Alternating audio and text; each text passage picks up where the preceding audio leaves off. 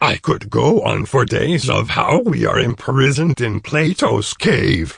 But I think the biggest reason at the moment is the media, BLM movement, and COVID-19.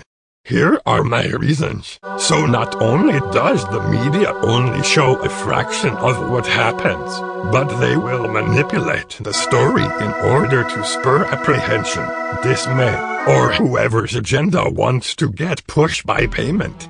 Ergo BLM, where if you read on or watch through any media outlet, will find that both extremes from politics, but never the truth. For instance, a lot of BLM supporters despise white people, especially males, and blame specifically slavery on them, which is ludicrous to me because slavery has been around for centuries. But the media doesn't want to portray the BLM movement of any wrong or more wrongs than they should have. To be exact, the African warlords helped ship 30,000 to 60,000 slaves during the 1600s to 1700s, and in fact it was Jewish people who have funded the ships to deliver African slaves. On top of the fact, they were the ones to make it morally acceptable to own Africa's slaves through their Torah, with 70% Jewish people owning slaves in the South versus the 0.05% of whites that did. If you have time, I'm linking a video of proof from Professor Tony Martian from Wellesley College, https://www.youtube.com/watch?v=4sb2u9eme. He goes further in depth of the unwritten history a myriad of Americans do not know. Lastly, it was white Europeans who were actually against the slave trade and wanted no part of it. Now to COVID-19, it is indeed an ambiguous subject, because many believe it's not real or are in despair of it.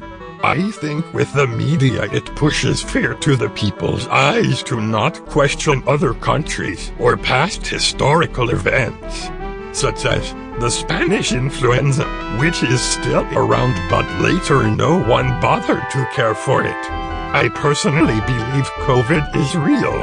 I think the fact there are parallels to it, but what's interesting was before 2020 in late dec, there was a video of a Chinese woman talking about how 100,000 plus are being burned, to which I brought this up to my meteorologist friend, which he was bewildered when I told him the news, because he further explained to me how he was monitoring China and saw a massive heat index.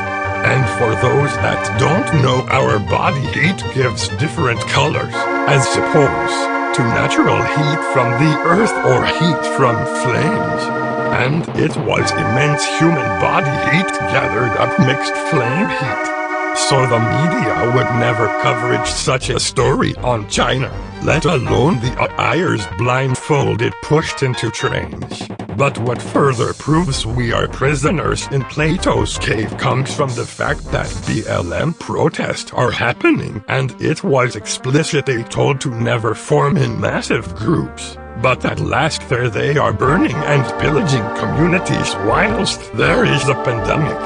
So, it begs the inquiry mind, if we could ever question the shadows on the wall and leave, or to stay tuned to our serial version of 1984?